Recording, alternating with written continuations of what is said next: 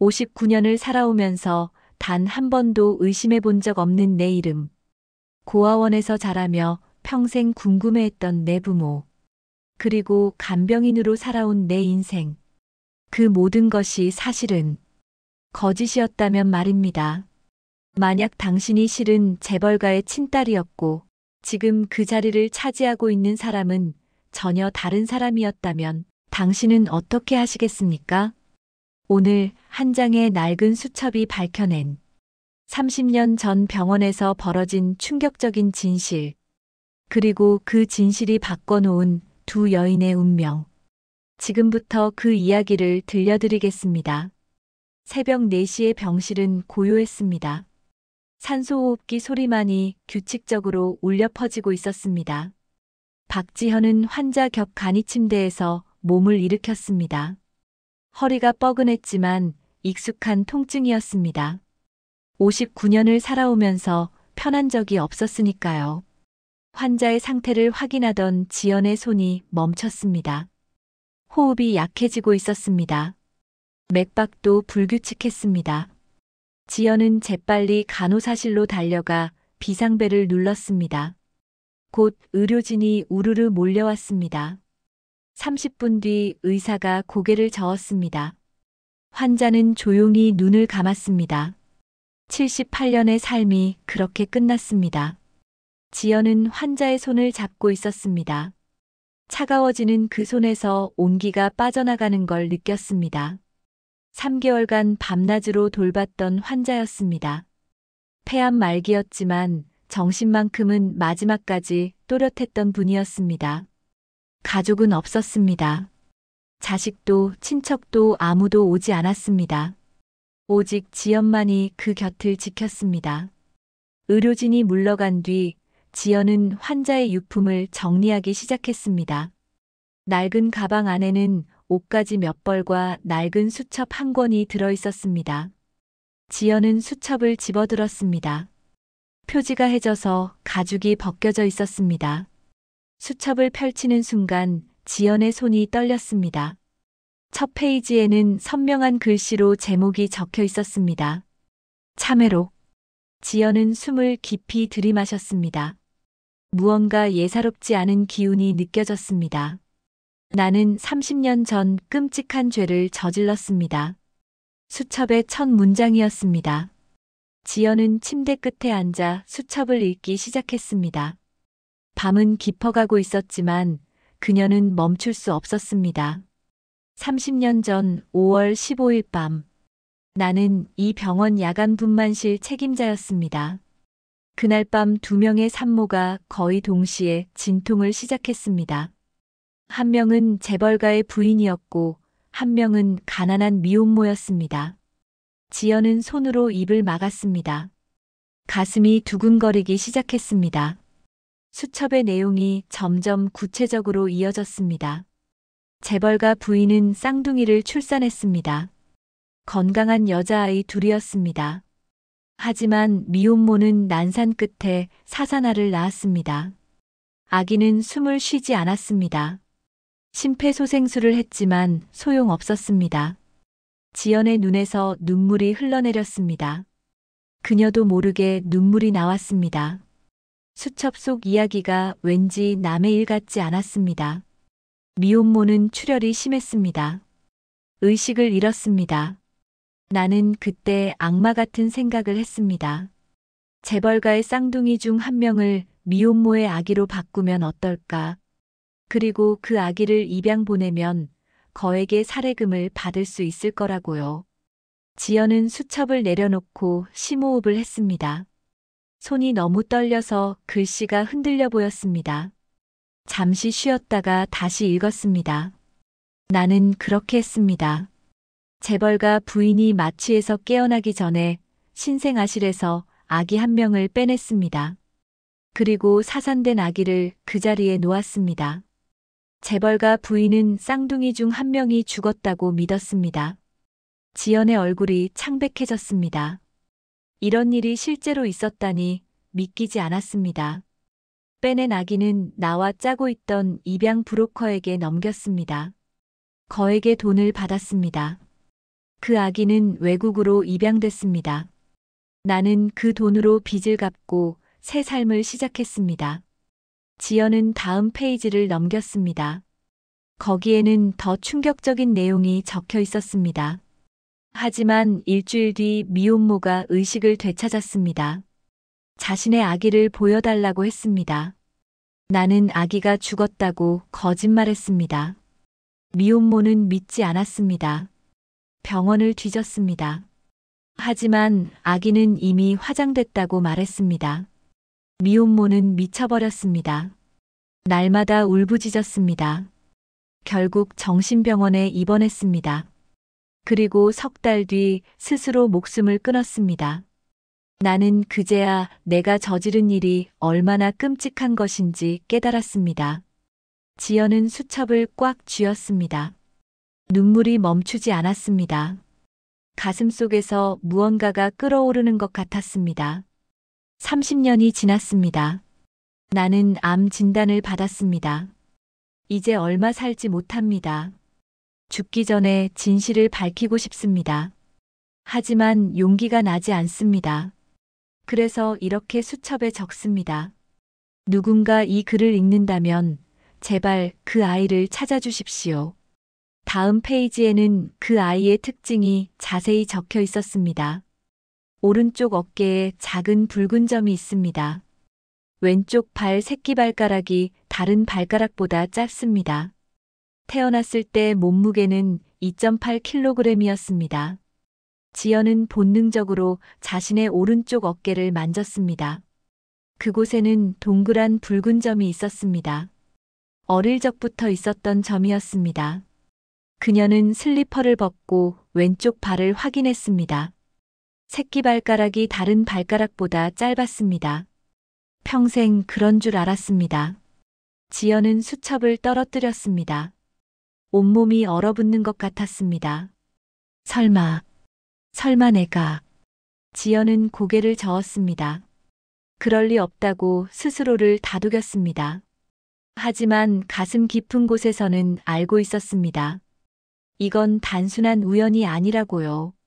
지연은 다시 수첩을 집어들었습니다. 마지막 페이지에는 더 구체적인 정보가 적혀 있었습니다. 재벌가의 이름, 병원 기록 번호, 입양 브로커의 가명까지 모두 적혀 있었습니다. 그리고 마지막 줄에는 이렇게 적혀 있었습니다. 내가 빼돌린 그 아기는 외국이 아니라 국내 고아원으로 갔습니다. 브로커가 나를 속인 것입니다. 더 큰 이익을 보려고 거짓말을 한 것이죠. 그 아이는 서울 어딘가에서 자랐을 겁니다. 지연은 침대에서 일어났습니다. 창밖으로 동이 트고 있었습니다. 새벽 6시였습니다. 30년 만에 밝혀진 진실. 그리고 그 진실이 자신과 연결되어 있을지도 모른다는 가능성. 지연은 수첩을 가방에 넣었습니다. 그리고 환자가 누워있던 침대를 마지막으로 바라봤습니다. 감사합니다. 지연은 작은 목소리로 말했습니다. 마지막 선물을 주셔서 감사합니다.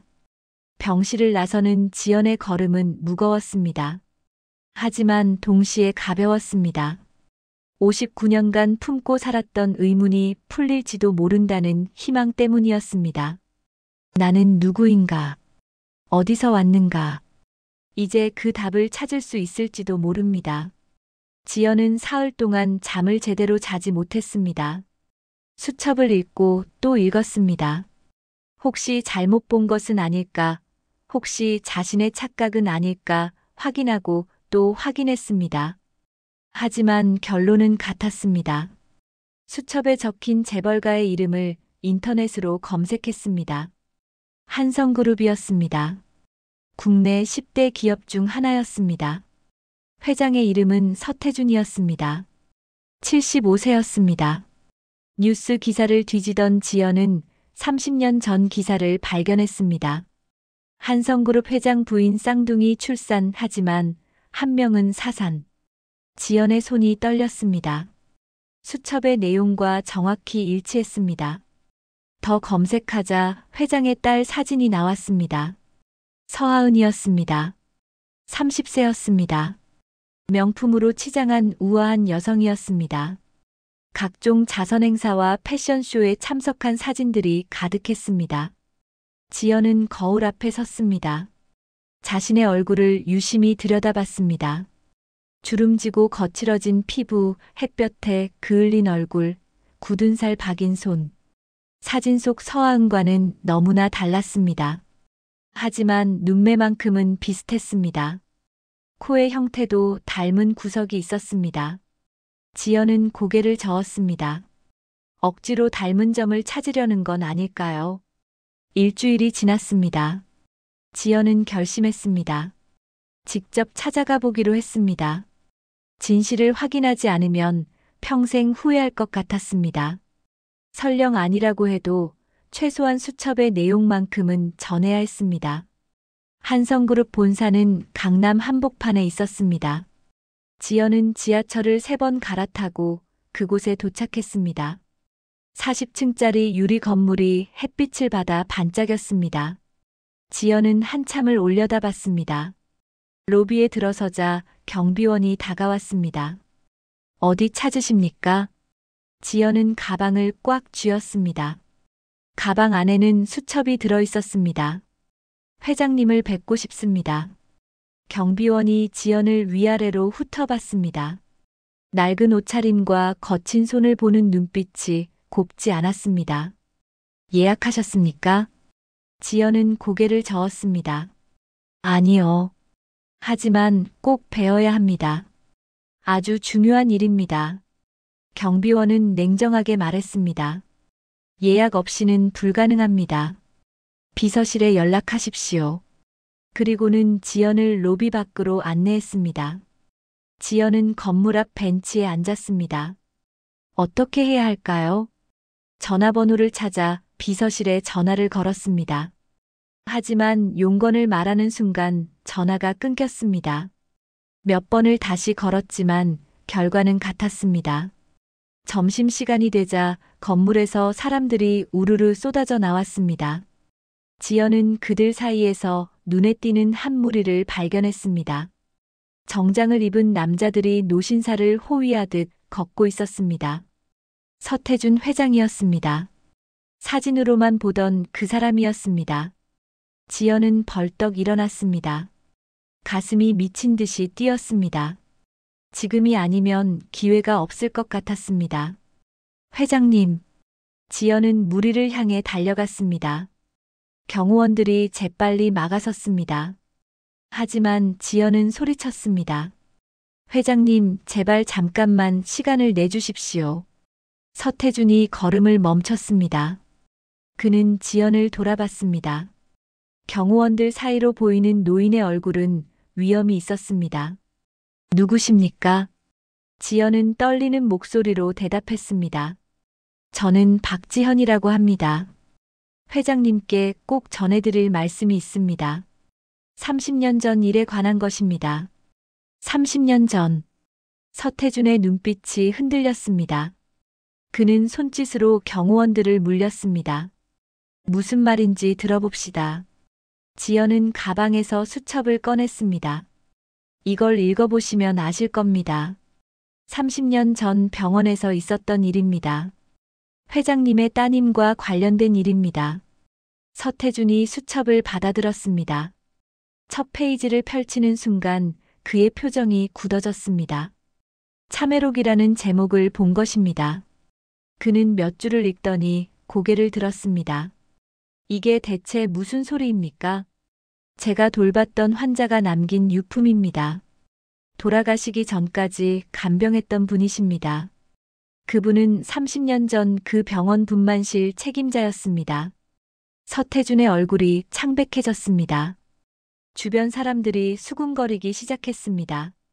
비서가 조심스럽게 말했습니다. 회장님, 사람들이 보고 있습니다. 서태준은 고개를 끄덕였습니다. 그리고는 지연에게 말했습니다. 일단 사무실로 가시죠. 거기서 자세히 이야기를 나눕시다. 지연은 서태준을 따라 건물로 들어갔습니다. 경호원들과 비서가 뒤를 따랐습니다. 엘리베이터를 타고 40층 회장실로 올라갔습니다. 회장실은 넓고 화려했습니다.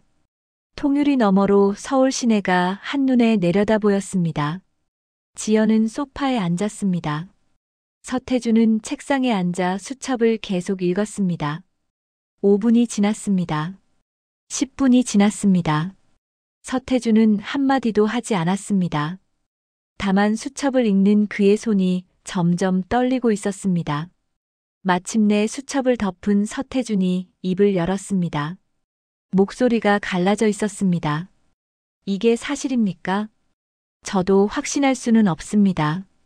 하지만 환자는 마지막까지 정신이 또렷했습니다. 거짓말을 할 이유가 없었습니다.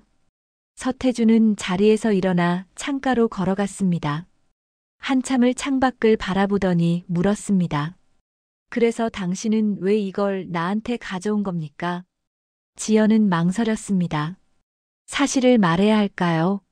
아니면 그냥 수첩만 전하고 가야 할까요? 하지만 여기까지 온 이상 후회하고 싶지 않았습니다. 저는 고아입니다. 지연의 목소리가 떨렸습니다. 생후 몇 개월 만에 고아원에 버려졌다고 들었습니다. 정확한 출생일도 모릅니다. 그저 추정일만 있을 뿐입니다. 계속하십시오. 제 오른쪽 어깨에는 작은 붉은 점이 있습니다. 왼쪽 발 새끼발가락도 다른 발가락보다 짧습니다. 그리고 추정 생년월일이 30년 전 5월 중순입니다. 서태준이 천천히 돌아섰습니다. 그의 눈빛이 날카로워졌습니다. 무슨 말씀을 하시려는 겁니까? 지연은 용기를 냈습니다. 혹시 제가 회장님의 딸은 아닐까요? 빼앗긴 그 아이가 저는 아닐까요? 정적이 흘렀습니다. 서태준은 지연을 뚫어져라 바라봤습니다.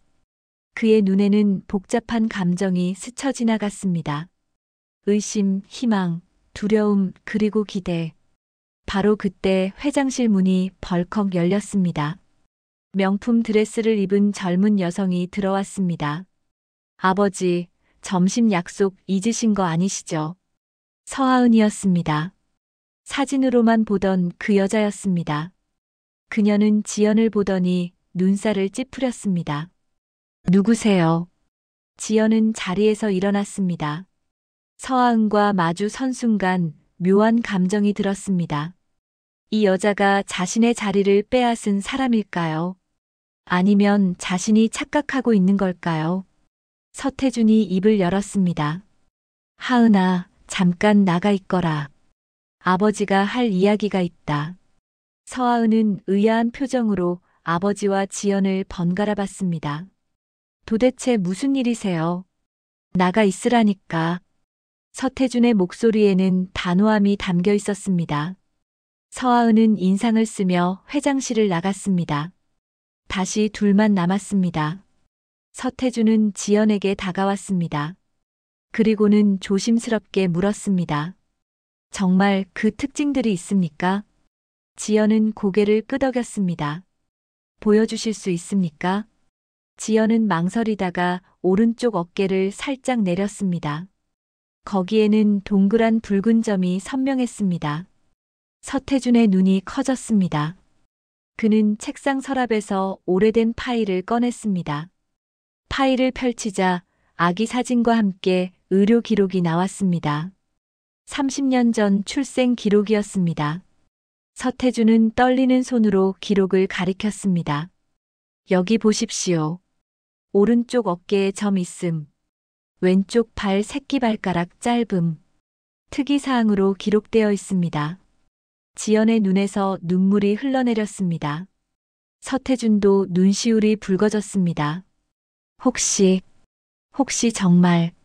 하지만 확신할 수는 없었습니다. 30년이라는 시간이 너무 길었습니다. 유전자 검사를 해봅시다. 서태준이 말했습니다. 그래야 확실히 알 수 있습니다. 지연은 고개를 끄덕였습니다. 네, 그렇게 하겠습니다. 일주일이 지났습니다. 지연은 그 일주일이 1년처럼 느껴졌습니다. 간병 일을 하면서도 머릿속은 온통 검사 결과 생각뿐이었습니다. 혹시 아니면 어떡하나, 혹시 맞으면 어떡하나 밤낮으로 고민했습니다. 마침내 서태준에게서 연락이 왔습니다. 내일 오전 10시에 병원으로 오십시오. 결과를 함께 듣겠습니다. 지연은 그날 밤 한숨도 자지 못했습니다.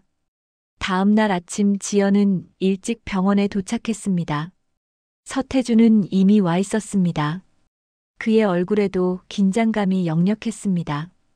두 사람은 말없이 고개만 끄덕였습니다. 진료실 문이 열렸습니다. 의사가 두툼한 서류 봉투를 들고 나왔습니다.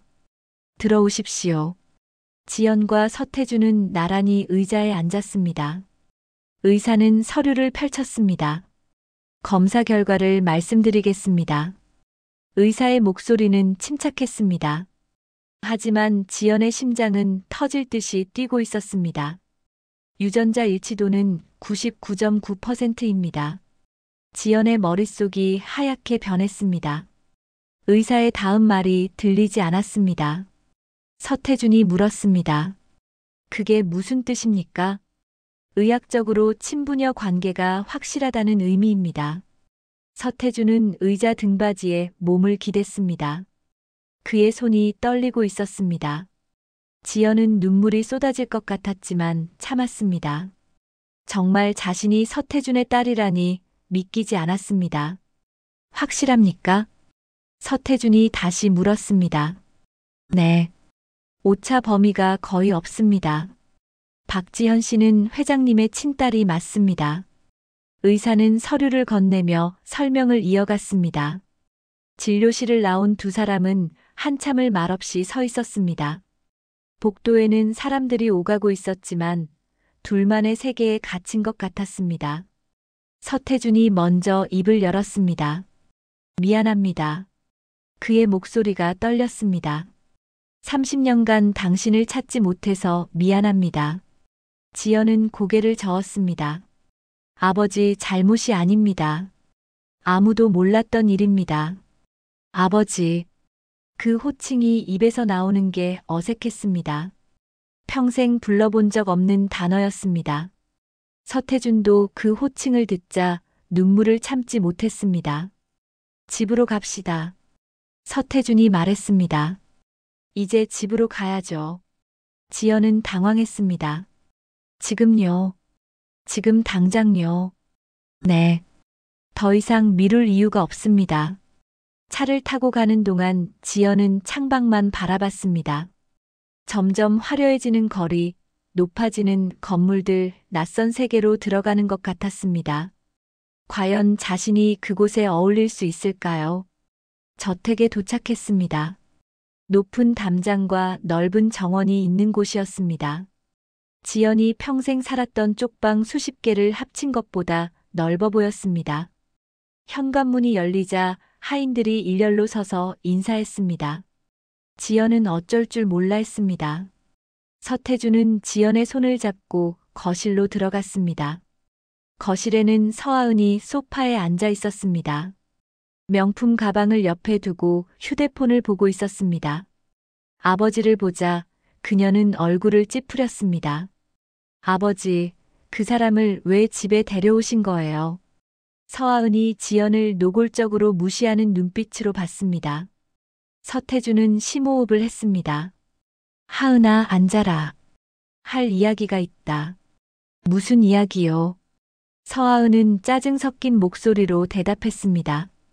서태준은 지연을 소파에 앉게 했습니다. 그리고 서하은 맞은편에 앉았습니다. 이분은 박지연 씨다. 그래서요. 그분이 누군데 집에까지 오신 거예요. 서태준은 잠시 말을 멈췄습니다. 어떻게 시작해야 할지 막막했습니다. 지연 씨는 내 친딸이다. 서하은의 표정이 굳었습니다. 뭐라고요? 유전자 검사 결과가 나왔다. 지연 씨는 30년 전 바꿔치기 당한 내 진짜 딸이야. 서하은은 웃음을 터뜨렸습니다. 하지만 즐거운 웃음이 아니었습니다.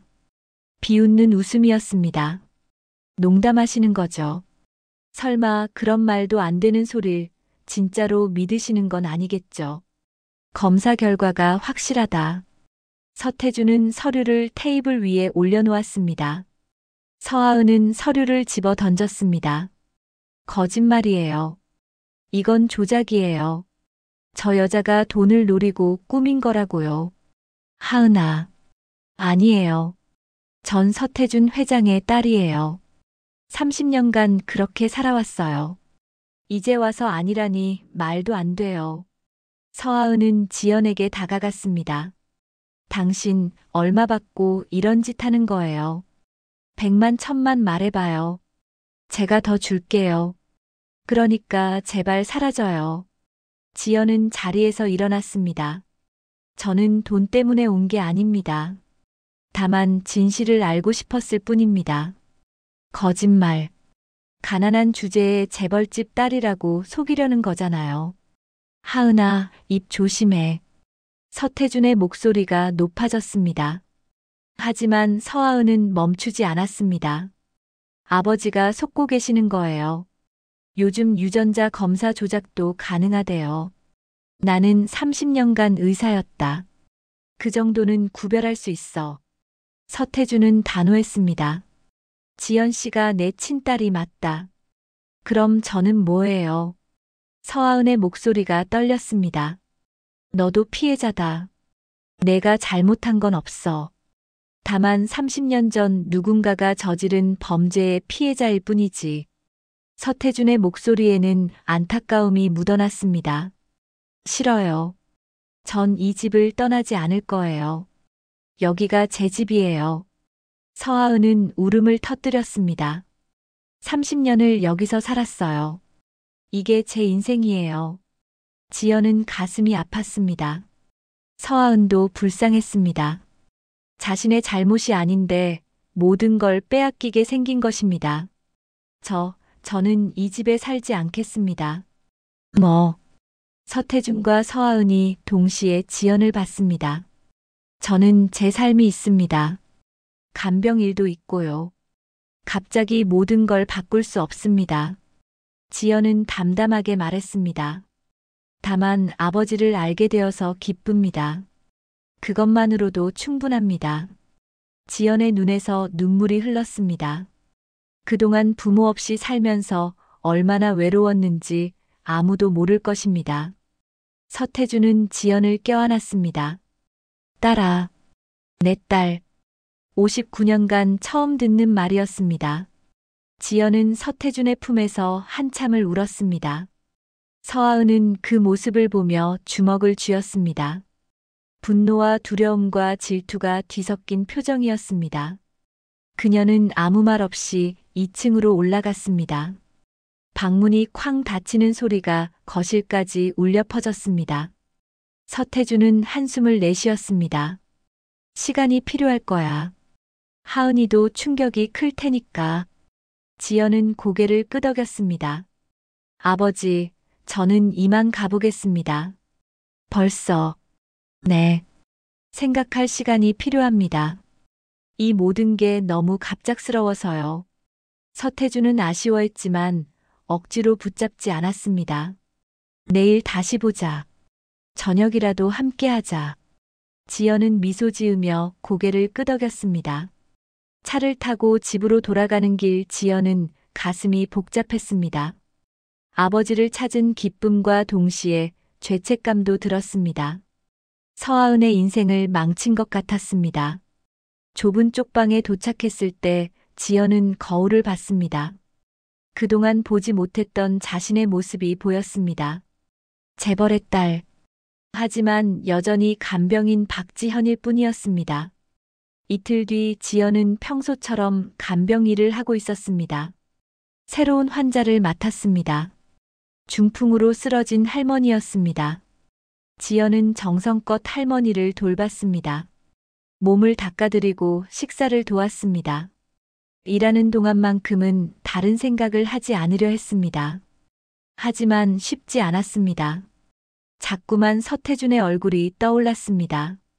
아버지라는 단어가 머릿속을 맴돌았습니다. 저녁이 되자 서태준에게서 전화가 왔습니다. 지연아, 오늘 저녁 약속 기억하지? 아, 네. 잊고 있었습니다. 7시에 식당에서 보자. 지연은 서둘러 옷을 갈아입었습니다. 하지만 마땅한 옷이 없었습니다. 낡은 블라우스와 바지뿐이었습니다. 거울을 보니 초라해 보였습니다. 하지만 어쩔 수 없었습니다. 약속 장소는 고급 한정 식당이었습니다. 지연은 입구에서 한참을 망설였습니다. 자신 같은 사람이 들어가도 되는 곳일까요? 용기를 내서 문을 열었습니다. 서태준이 벌써 와 있었습니다. 지연을 보자 반갑게 손을 흔들었습니다. 여기야. 지연은 조심스럽게 다가가 앉았습니다. 주변 사람들의 시선이 느껴졌습니다. 늦어서 죄송합니다. 아니야. 내가 일찍 온 거야. 서태준은 메뉴판을 건넸습니다. 뭐든 시켜라. 내가 좋아하는 걸로. 지연은 메뉴판을 보다가 가격에 놀랐습니다. 한 끼에 10만 원이 넘는 음식들 뿐이었습니다. 평생 본 적 없는 금액이었습니다. 그냥 아무거나 주문하겠습니다. 서태준은 주문을 마치고 지연을 바라봤습니다. 요즘 어떻게 지내니? 그냥 평소처럼 일하고 있습니다. 지연의 대답은 짧았습니다. 대화가 이어지지 않았습니다. 둘 사이에는 30년의 공백이 있었습니다. 아버지와 딸이지만 서로에 대해 아는 게 없었습니다. 어색한 침묵만 흘렀습니다. 음식이 나오기 시작했습니다. 정갈하게 담긴 요리들이 하나씩 올라왔습니다. 지연은 어떻게 먹어야 할지 몰라 서태준을 흉내냈습니다.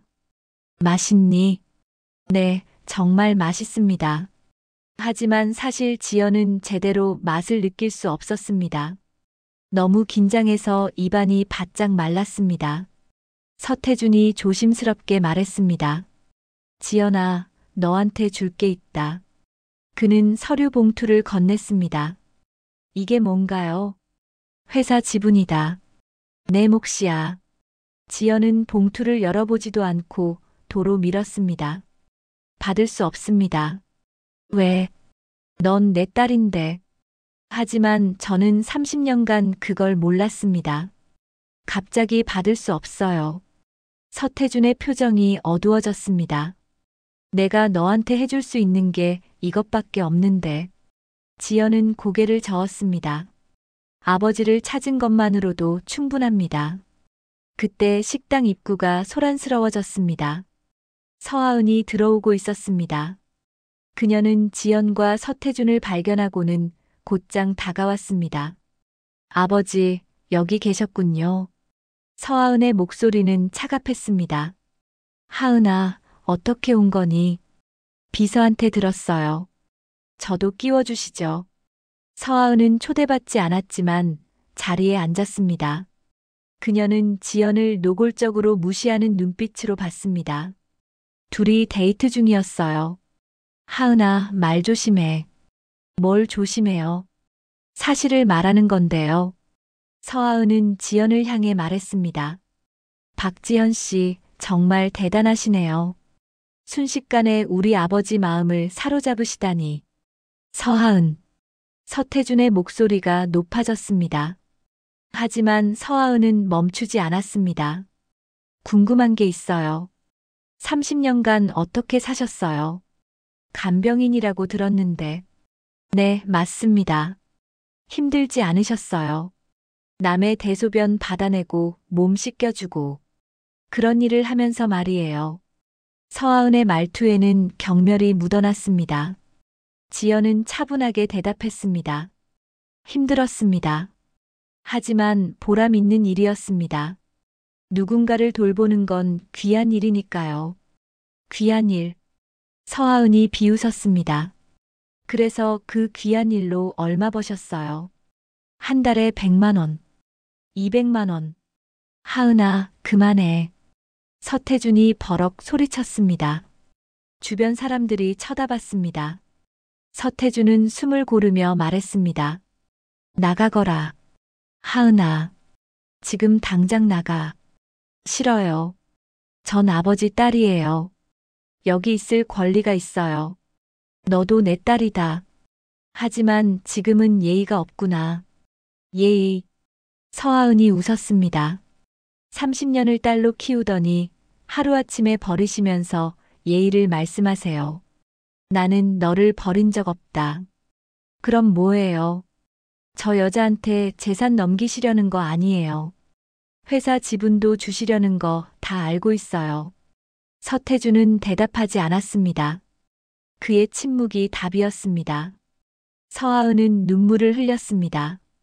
아버지, 제발요. 저한테서 모든 걸 빼앗지 마세요. 지연이 입을 열었습니다. 서하은 씨, 제가 아무것도 바라지 않습니다. 저는 제 삶을 살 겁니다. 아버지와 관계는 갖고 싶지만 재산은 원하지 않아요. 거짓말. 서하은이 소리쳤습니다. 그럼 왜 나타난 거예요? 그냥 모른 척하고 살면 됐잖아요. 왜 우리 삶을 망쳐놓는 거예요? 지연은 아무 말도 할 수 없었습니다. 서하은의 말에도 일리가 있었습니다. 만약 자신이 나타나지 않았다면 서하은은 계속 행복했을 것입니다. 나가거라, 하은아. 서태준이 단호하게 말했습니다. 더 이상 용납하지 않겠다. 서하은은 자리에서 일어났습니다. 명품 가방을 집어들고 돌아서려다 멈췄습니다. 아버지, 후회하실 겁니다. 그녀의 목소리는 차갑고 날카로웠습니다. 저 여자가 진짜 딸인지 확실해요. 혹시 검사 결과가 조작된 건 아닌지 생각해 보셨어요? 충분히 확인했다. 그래도요. 요즘 세상에 못 속이는 게 어디 있어요. 서하은은 지연을 마지막으로 노려보고는 식당을 나갔습니다. 식당 안이 조용해졌습니다. 서태준은 이마를 짚었습니다. 미안하다. 내가 이런 걸 겪게 해서. 괜찮습니다. 지연은 담담하게 말했습니다. 하지만 가슴속은 복잡했습니다. 서하은의 적대감이 생각보다 컸습니다. 앞으로 어떻게 될까요? 이 가족 안에 자신이 끼어들 자리가 있기는 한 걸까요? 집에 돌아온 지연은 잠을 이룰 수 없었습니다. 침대에 누워 천장을 바라봤습니다. 아버지를 찾은 건 기쁜 일이었습니다. 하지만 그로 인해 다른 사람을 불행하게 만들고 있었습니다. 다음 날 아침 지연은 결심했습니다. 진짜 범인을 찾아야 한다고요. 아기를 바꿔치기한 그 사람, 입양 브로커 그들을 찾아내면 서하은도 진실을 받아들일 것입니다. 지연은 수첩을 다시 꺼냈습니다. 거기에 적힌 입양 브로커의 가명을 확인했습니다. 이 사람을 찾아야 했습니다. 30년 전 일이지만 흔적은 남아있을 것입니다. 지연은 일주일간 입양 브로커를 찾아다녔습니다. 30년 전 고아원 기록을 뒤졌습니다. 당시 입양 업무를 담당했던 사람들을 수소문했습니다. 대부분은 이미 세상을 떠났거나 연락이 닿지 않았습니다. 포기하려던 순간 한 명의 증인을 찾았습니다. 당시 고아원에서 일했던 70대 할머니였습니다. 지연은 그분을 찾아갔습니다. 작은 시골 마을이었습니다. 할머니는 지연을 보자 눈을 크게 떴습니다. 어머, 당신 혹시... 지연은 자신의 사진을 보여줬습니다. 30년 전 저를 기억하시나요? 할머니는 사진을 한참 들여다봤습니다. 그리고는 고개를 끄덕였습니다. 기억나요? 당신 생후 6개월 때 고아원에 왔었죠. 누가 데려왔는지 기억하십니까? 남자였어요. 50대쯤 됐던 것 같은데. 할머니는 기억을 더듬었습니다. 그 사람이 당신을 두고 갔어요. 아무 말도 없이 그냥 놓고 갔죠. 이름이나 특징을 기억하시나요? 이름은 가짜였을 거예요. 하지만 할머니는 잠시 생각하더니 말했습니다. 그 사람 오른쪽 팔에 큰 화상 흉터가 있었어요. 여기서 여기까지. 할머니가 자신의 팔뚝을 가리켰습니다. 지연은 그 특징을 메모했습니다. 다른 건요. 할머니는 고개를 저었습니다. 너무 오래전 일이라 잘 기억이 안 나요. 하지만 그 사람 나중에 경찰에 잡혔다는 소문을 들었어요. 경찰에요. 네. 불법 입양으로요. 지연의 심장이 뛰기 시작했습니다. 언제쯤이었나요? 한 2년쯤 뒤였나. 신문에도 났었어요. 지연은 할머니께 감사 인사를 하고 서울로 돌아왔습니다. 곧바로 도서관으로 갔습니다. 30년 전 신문 기사를 찾기 시작했습니다. 불법 입양 브로커 검거라는 제목의 기사를 발견했습니다. 기사에는 남자의 사진이 실려 있었습니다. 최동식이라는 이름이었습니다. 58세였습니다. 오른팔에 화상 흉터가 있다는 특징도 일치했습니다. 지연은 기사를 복사했습니다. 그리고 경찰서로 향했습니다. 형사를 만나 사정을 설명했습니다.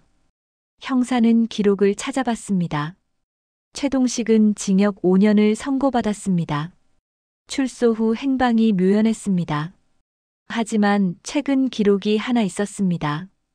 6개월 전 요양병원에 입원했다는 기록이었습니다. 지연은 그 요양병원으로 달려갔습니다. 최동식은 말기 간암 환자였습니다. 이제 얼마 살지 못한다고 했습니다. 지연은 병실로 들어갔습니다. 최동식은 뼈만 앙상하게 남은 노인이었습니다. 지연을 보자 경계하는 눈빛을 보였습니다. 누구요? 30년 전 당신이 고아원에 데려다 준 아이입니다. 최동식의 눈빛이 흔들렸습니다. 나한테 무슨 할 말이라도 진실을 알고 싶습니다. 누가 저를 맡겼는지, 왜 바꿔치기를 했는지 말해 주십시오. 최동식은 한참을 침묵했습니다. 그러다 천천히 입을 열었습니다. 병원 간호사였어요. 이름은 기억 안 나요. 그 여자가 돈을 주고 부탁했죠. 얼마를 받았습니까? 5천만 원. 당시로선 큰 돈이었죠. 최동식은 기침을 했습니다. 지연은 물을 따라 건넸습니다. 그 여자는 왜 그랬을까요? 모르죠. 내일은 아기를 맡아서 입양 보내는 것뿐이었으니까. 최동식은 눈을 감았습니다. 미안하오. 내가 저지른 죄 때문에 당신이 고생했겠구려. 지연은 병실을 나왔습니다. 마지막 퍼즐 조각을 찾았습니다. 이제 서태준에게 모든 걸 보고해야 했습니다. 그날 저녁 지연은 서태준을 만났습니다. 서태준은 지연의 보고를 듣고 분노했습니다. 그 간호사를 찾아야 합니다. 꼭 찾아내야 해요. 이미 찾고 있습니다. 비서실에서 수소문 중입니다. 며칠 뒤 비서실에서 연락이 왔습니다. 그 간호사는 10년 전에 사망했다고 했습니다. 교통사고였습니다. 결국 진짜 범인은 처벌받지 못하고 죽은 것입니다. 서태준은 허탈했습니다. 하지만 적어도 진실은 밝혀졌습니다. 이제 서하은에게 모든 걸 말해야 했습니다. 그날 밤 서태준은 서하은을 불렀습니다. 서재에 모인 세 사람. 서태준은 조사 결과를 하나하나 설명했습니다. 입양 브로커의 증언, 간호사의 범행, 모든 증거들을요. 서하은은 말없이 듣고 있었습니다. 이제 알겠니? 지연이가 진짜 내 딸이라는 걸. 서태준의 목소리는 무겁였습니다. 서하은은 고개를 끄덕였습니다. 하지만 눈빛은 여전히 차가웠습니다. 그럼 전 뭐가 되는 거죠? 서하은이 물었습니다. 아무도 아닌 거예요. 그렇지 않아. 서태준이 말했습니다. 넌 여전히 내 딸이야. 피는 안 섞였지만 30년을 함께 살았잖니. 하지만 재산은요? 회사는요? 저한테 남는 건 뭐예요? 서하은의 목소리가 높아졌습니다. 내가 받을 몫은 따로 준비했다. 충분히 살 수 있을 만큼. 충분히. 서하은이 비웃었습니다. 전 30년간 재벌 상속녀로 살았어요. 이제 와서 용돈이나 받으라고요. 그게 말이 돼요. 지연이 입을 열었습니다. 서하은 씨, 제가 회사를 원하지 않습니다. 당신이 계속 맡으세요. 저는 간병 일이 좋아요. 그 일을 계속할 겁니다. 서하은은 지연을 노려봤습니다. 동정하는 거예요. 불쌍해서 양보하는 거예요. 아니요. 진심입니다. 저는 당신의 삶을 빼앗고 싶지 않아요. 거짓말. 서하은이 소리쳤습니다. 당신 때문에 제 인생이 망가졌어요. 당신만 안 나타났어도 전 행복했을 거예요. 그녀의 목소리는 떨리고 있었습니다. 하은아. 서태준이 말렸지만 서하은은 멈추지 않았습니다. 증오해요. 당신을. 당신이 존재하는 것 자체가 싫어요. 차라리 영원히 모르고 살 걸 그랬어요. 서하은은 울음을 터뜨렸습니다. 30년간 쌓아온 모든 것이 무너지는 것 같았습니다. 자신의 정체성, 가족, 미래 모든 게 흔들리고 있었습니다. 지연도 눈물을 흘렸습니다. 서하은의 고통이 고스란히 느껴졌습니다. 만약 자신이 진실을 덮어뒀다면 서하은은 계속 행복했을 것입니다. 자신이 이기적이었던 걸까요? 미안합니다. 지연이 말했습니다. 정말 미안해요. 하지만 저도 알고 싶었어요. 제 뿌리가 어딘지, 부모가 누군지 평생 궁금했던 거예요. 서하은은 대답하지 않았습니다. 그녀는 자리에서 일어나 서재를 나갔습니다. 문이 쾅 닫혔습니다. 서태준은 깊은 한숨을 내쉬었습니다. 시간이 필요할 거야.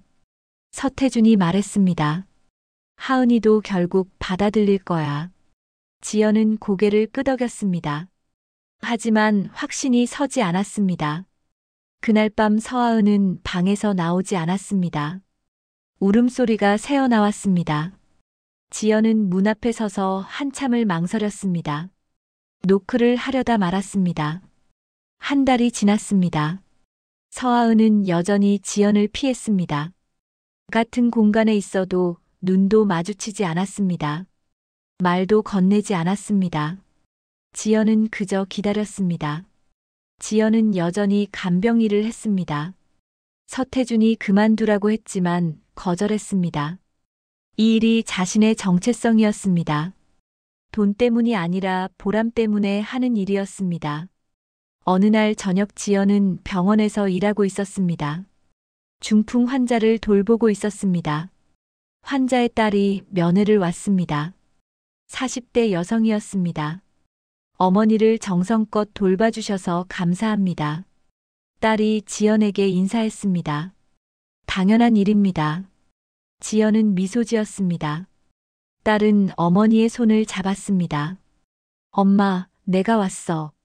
환자는 눈을 뜨지 못했습니다. 하지만 딸의 목소리를 듣는 것 같았습니다. 손가락이 미세하게 움직였습니다. 딸은 한참을 어머니 곁에 앉아 있었습니다. 어린 시절 이야기를 했습니다. 어머니와 함께했던 추억들을요. 지연은 그 모습을 보며 가슴이 뭉클했습니다. 저는 어릴 때 반항이 심했어요. 딸이 말했습니다. 엄마한테 못되게 굴었어요. 엄마가 해주신 모든 것들을 당연하게 여겼죠. 이제야 후회가 돼요. 환자의 눈에서 눈물이 흘렀습니다. 딸도 울었습니다. 두 사람은 말없이 손을 꼭 잡고 있었습니다. 지연은 조용히 병실을 나왔습니다. 복도 벤치에 앉아 지연은 생각했습니다. 가족이란 뭘까요? 피로 연결된 것만이 가족일까요? 아니면 함께 보낸 시간이 가족을 만드는 걸까요? 서하은도 저렇게 서태준을 사랑했을 것입니다. 30년간 아버지로 알고 살았으니까요. 이제 와서 그게 거짓이라니 얼마나 고통스러울까요? 지연은 집으로 돌아가는 길에 결심했습니다. 서하은에게 먼저 다가가야겠다고요. 계속 기다리기만 해서는 안 될 것 같았습니다. 다음 날 지연은 서하은이 자주 가는 카페를 찾았습니다. 비서에게 물어본 곳이었습니다. 서하은은 창가 자리에 혼자 앉아 있었습니다. 커피를 마시며 창밖을 보고 있었습니다. 지연은 조심스럽게 다가갔습니다. 잠깐 시간 좀 내주실 수 있나요? 서하은은 지연을 보고는 인상을 찌푸렸습니다. 할 말 없어요. 그리고는 일어나려 했습니다. 제발요. 지연이 간청했습니다. 5분만요. 서하은은 망설이다가 다시 앉았습니다. 빨리 하세요. 그녀의 목소리는 여전히 차가웠습니다. 지연은 가방에서 봉투를 꺼냈습니다. 이게 뭔데요? 제 고아원 시절 사진들입니다. 보여드리고 싶었어요. 서하은은 의아한 표정으로 사진들을 꺼냈습니다. 사진 속에는 어린 지연이 있었습니다. 낡은 옷을 입고 있었습니다.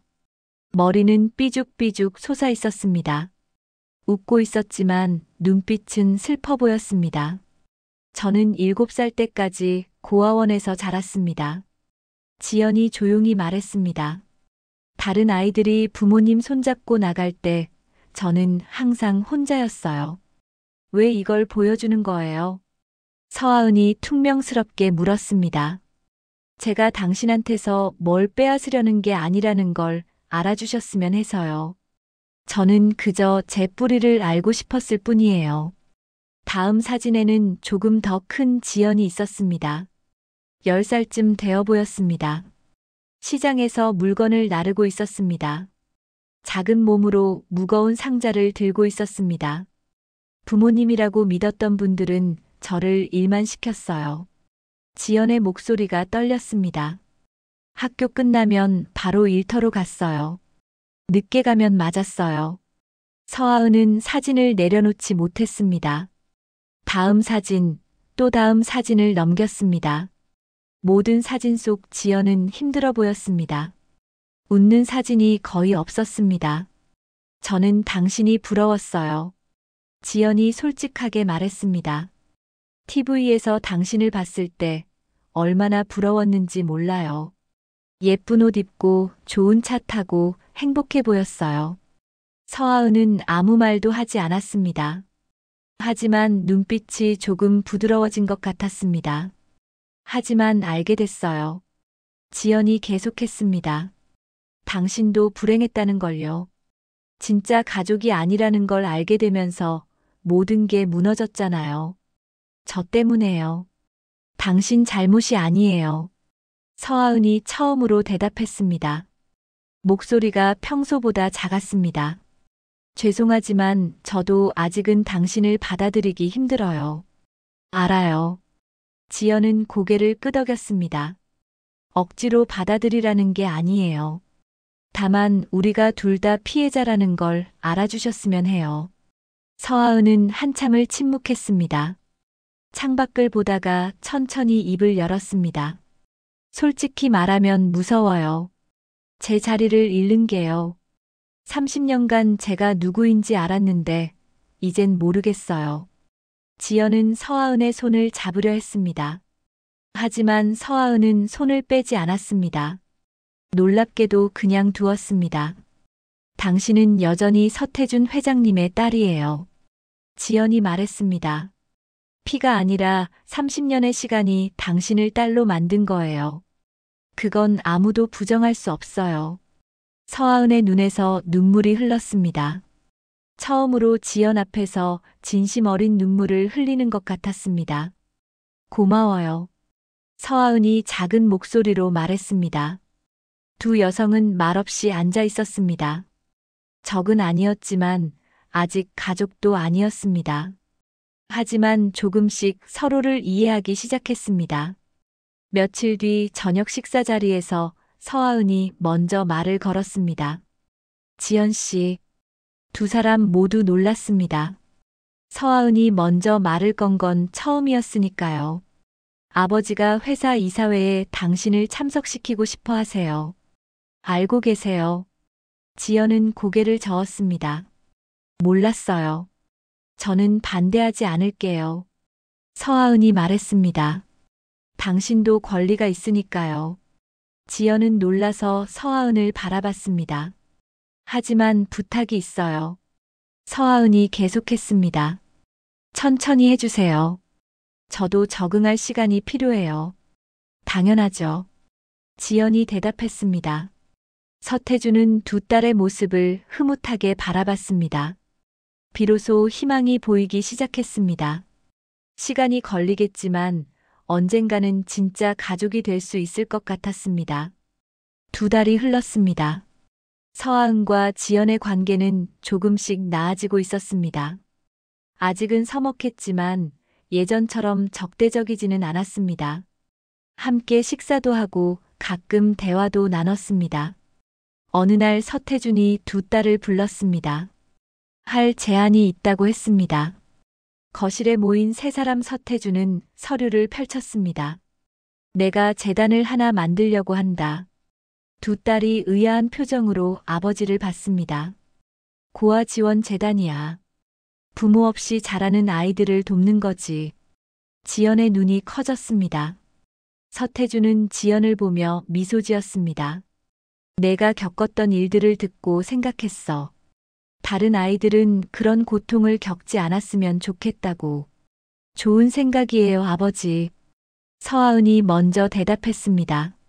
저도 참여하고 싶어요. 지연도 고개를 끄덕였습니다. 저도요. 꼭 돕고 싶어요. 그럼 둘이 함께 재단을 운영해 보면 어떨까? 서태준의 제안에 두 사람은 서로를 바라봤습니다. 어색했지만 나쁘지 않았습니다. 일주일 뒤 두 사람은 함께 고아원을 방문했습니다. 지연이 어릴 적 지냈던 곳이었습니다. 서아은은 처음 가보는 곳이었습니다. 고아원은 낡았습니다. 페인트가 벗겨진 벽, 삐걱거리는 계단, 좁은 방들. 서아은은 놀랐습니다. 이런 곳에서 아이들이 산다는 게 믿기지 않았습니다. 여기서 자랐어요. 지연이 조용히 말했습니다. 저 방이 제 방이었어요. 8명이 함께 잤죠. 서아은은 작은 방을 들여다봤습니다. 2층 침대가 4개 있었습니다. 아이들이 운동장에서 놀고 있었습니다. 지연은 아이들에게 다가갔습니다. 아이들은 낯선 어른을 보고 쑥스러워했습니다. 하지만 곧 지연에게 다가왔습니다. 이모, 누구세요? 한 아이가 물었습니다. 나도 예전에 여기 살았단다. 지연이 웃으며 대답했습니다. 정말요? 그럼 우리랑 같네요. 지연은 아이들과 함께 놀아줬습니다. 공을 던지고 술래잡기를 했습니다. 아이들의 웃음소리가 운동장에 가득했습니다. 서아은은 그 모습을 멀리서 지켜봤습니다. 원장 선생님이 서아은에게 다가왔습니다. 지연 씨는 참 따뜻한 분이시죠? 네, 그런 것 같아요. 서아은이 대답했습니다. 저희가 가장 필요한 건 후원금도 좋지만 관심이에요. 원장이 말했습니다. 이 아이들은 부모의 사랑을 못 받고 자라요. 관심만 받아도 달라지죠. 서아은은 고개를 끄덕였습니다. 그리고 운동장으로 걸어갔습니다. 아이들이 서아은을 올려다봤습니다. 예쁜 언니라. 한 아이가 속삭였습니다. 같이 놀아요. 다른 아이가 서아은의 손을 잡았습니다. 서아은은 망설였습니다. 아이들과 어떻게 노는지 몰랐습니다. 평생 그런 경험이 없었으니까요. 지연이 다가와 서아은의 손을 잡았습니다. 함께 해요. 두 여성은 아이들과 함께 놀기 시작했습니다. 처음에는 어색했지만 점점 자연스러워졌습니다. 해가 지고 고아원을 나서는 길. 두 사람은 나란히 걸었습니다. 침묵이 흘렀지만 불편하지 않았습니다. 서아은이 먼저 입을 열었습니다. 힘들었겠어요. 여기서 자라면서요. 지연은 고개를 끄덕였습니다. 힘들었죠. 하지만 나쁜 기억만 있는 건 아니에요. 좋은 선생님들도 계셨고 친구들도 있었어요. 저는 모든 걸 가졌다고 생각했어요. 서아은이 말했습니다. 돈도 명예도 사랑도요. 하지만 지금 생각해보니 진짜 중요한 걸 놓치고 살았어요. 뭔데요? 감사하는 마음이요. 서아은은 멈춰서서 지연을 바라봤습니다. 당신을 보니 알겠어요. 당신은 아무것도 없었지만 감사할 줄 알았어요. 지연은 고개를 저었습니다. 저도 완벽하지 않아요. 때론 원망도 했고 질투도 했어요. 하지만 그냥 앞으로 나아가려고 노력했을 뿐이에요. 두 사람은 다시 걸었습니다. 저녁 노을이 거리를 물들이고 있었습니다. 서하은이 다시 말했습니다. 재단 일 제대로 해보고 싶어요. 당신과 함께요. 지연은 미소 지었습니다. 저도요. 우리 열심히 해봐요. 서하은도 처음으로 진심 어린 미소를 지었습니다. 두 사람의 관계가 조금씩 변하고 있었습니다. 한 달 뒤 재단 설립식이 열렸습니다. 많은 하객이 참석했습니다. 서태주는 단상에 올라 인사말을 했습니다. 오늘 저는 두 딸과 함께 새로운 시작을 합니다. 지연과 서하은이 나란히 단상에 올랐습니다. 사람들이 박수를 보냈습니다. 두 사람은 서로를 바라보며 고개를 끄덕였습니다. 이 재단은 고아들에게 희망을 줄 것입니다. 서하은이 마이크를 잡고 말했습니다. 저희는 물질적 지원뿐 아니라 정서적 지원도 할 것입니다. 지연도 마이크를 잡았습니다. 모든 아이는 사랑받을 자격이 있습니다. 부모가 없어도 행복할 수 있다는 걸 보여주고 싶습니다. 행사가 끝나고 세 사람은 함께 저녁을 먹었습니다. 편안한 분위기였습니다. 서태준은 두 딸을 보며 흐뭇해했습니다. 고맙다. 서태준이 말했습니다. 너희 둘이 이렇게 함께 해줘서. 두 딸은 동시에 고개를 끄덕였습니다. 서로를 보며 미소 지었습니다. 집으로 돌아가는 차 안에서 서하은이 지연에게 물었습니다.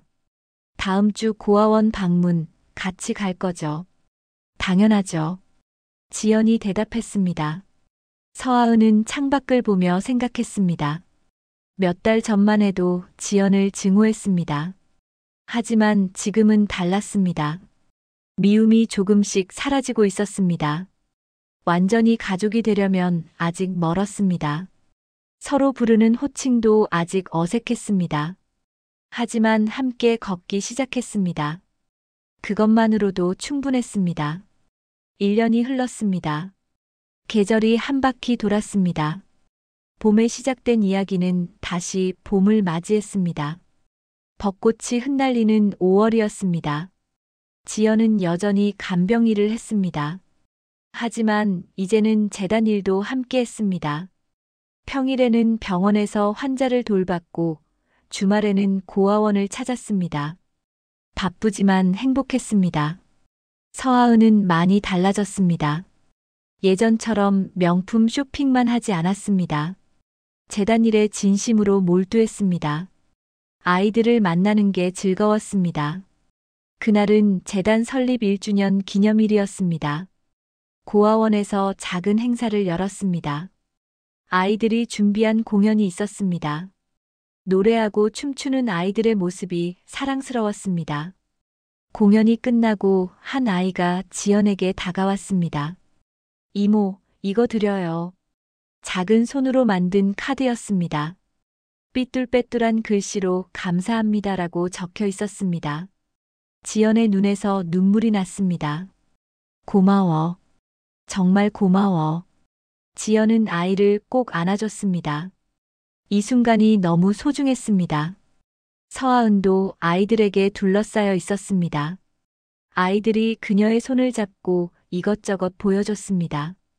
서하은은 진심으로 웃고 있었습니다. 행사가 끝나고 세 가족은 함께 저녁을 먹었습니다. 조용한 한정식당이었습니다. 1년 전 처음 함께 식사했던 그곳이었습니다. 1년이 참 빨리 지나갔구나. 서태준이 말했습니다.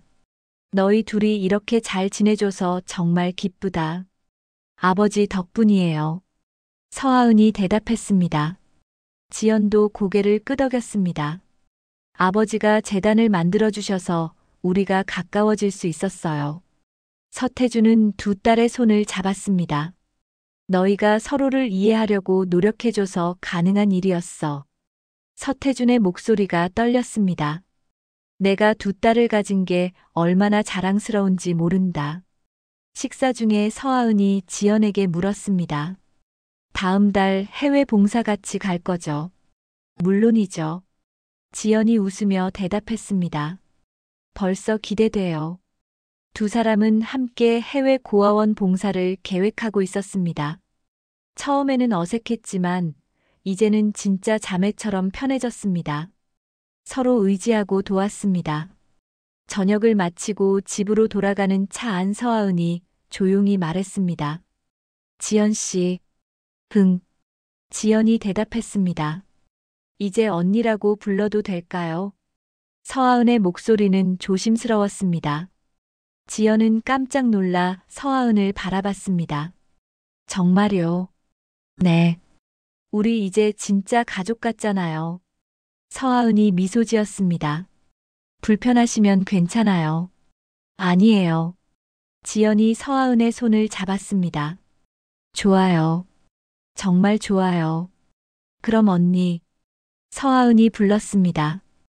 응, 하은아. 지연이 대답했습니다. 두 사람은 서로를 보며 웃었습니다. 서태준도 뒷좌석에서 조용히 미소 지었습니다. 집에 도착해 지연은 자신의 방으로 갔습니다. 책상 위에는 1년 전 환자가 남긴 수첩이 놓여 있었습니다. 지연은 수첩을 펼쳤습니다. 참회록이라는 제목이 여전히 선명했습니다. 하지만 이제는 원망스럽지 않았습니다. 오히려 감사했습니다.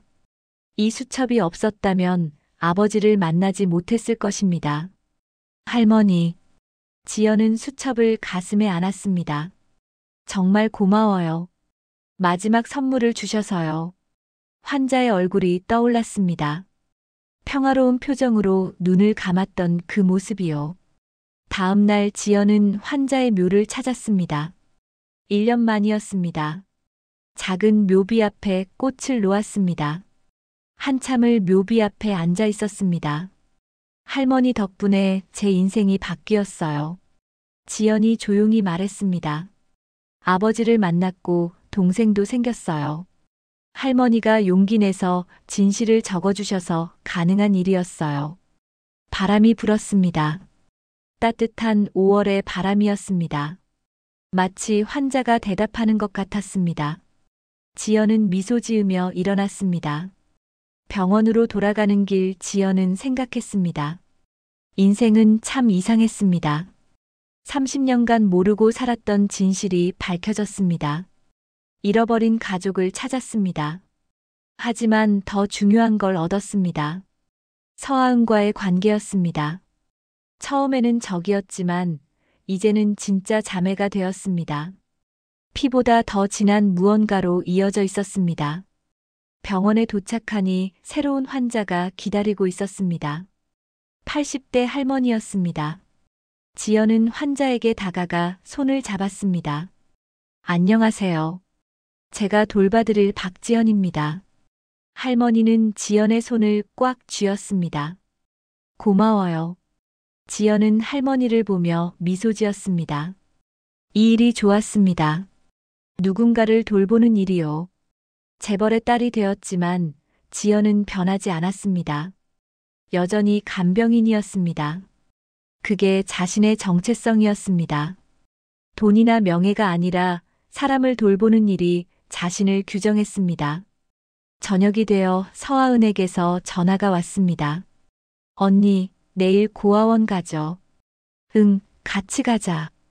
지연이 대답했습니다. 내일 봐요, 언니. 응, 내일 봐. 전화를 끊고 지연은 창밖을 바라봤습니다. 해가 지고 있었습니다. 아름다운 노을이었습니다. 새로운 내일을 약속하는 것 같았습니다. 59년을 살며 지연은 많은 것을 잃었습니다. 하지만 이제는 많은 것을 얻었습니다.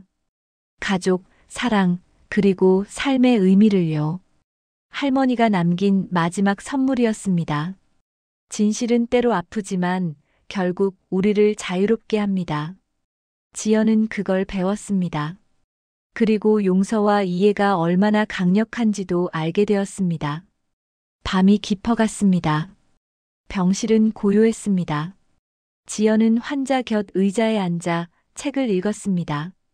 이것이 자신의 삶이었습니다.